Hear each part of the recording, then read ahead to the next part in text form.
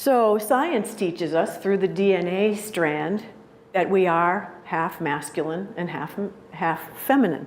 This is just complete modern science. And we are carrying our mother. There's 50% of my father in me right now. And then there's 50% of my mother. I invite you all to take a look at yourselves sometimes when you get out of the shower, because that's my time of recognizing my parents in my body. I'll look at myself in the mirror and say, okay, Dad, I see you in me, I see you. And Mom, yep, there you are too. I have her this and his that. And it's like, oh, okay, I can embrace you. I see you clearly as I remember you in your lifetime. So our DNA carries our parents. We are our parents. We are our ancestors. A lot of what Thomas was talking about last night is this understanding of, we've been evolving as humans for thousands of years, and we carry it all. We carry it all within us. But one of the things I want to bring up today, just at this moment, is that as we go further in our talk, what Peter and I would like to offer you is that we're bridging another divide. And I don't know if you might consider it as a divide, but I want to name it here. That is, that we would like to bridge the theory of family constellations and systemic theory with the more ancient and older esoteric traditions that have been in somewhat considered underground. So we would like to bring that forward as we talk about the soul and as we talk about the other ways that we see the masculine and feminine. So here we have the yin-yang symbol that many of you are already very familiar with.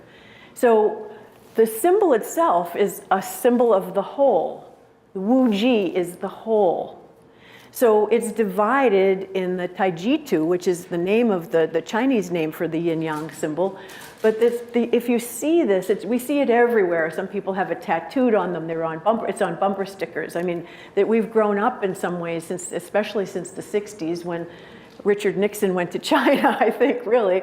Since the 60s and early 70s, when we've brought Chinese culture and acupuncture and Chinese thought into our American world. But this symbol is a really powerful one, especially for family constellations. And the reason it is that whatever happens is that, well, let me back up to say that within the yin, the black, there is the yang, the white. Within the white, the yang, there is the yin. So if we can embrace that as in ourselves as women and men, then maybe we can take a bit of a deep breath. We can start to say, okay, so how does my masculine play out in the world? How is my masculine beneficial to the world? How is his feminine beneficial to the world? What can you give us from your feminine, the men here in the world, in this room? What can the women give us? What does your masculine and dynamic side have to offer? So what we want to share about the yin-yang symbol basically is that even in constellations, we might enter into a constellation working with the father's lineage. But we might walk into the father's lineage and realize that the issue is actually with the father's mother or the father's grandmother, right? Or the father's sister or the father's former wife.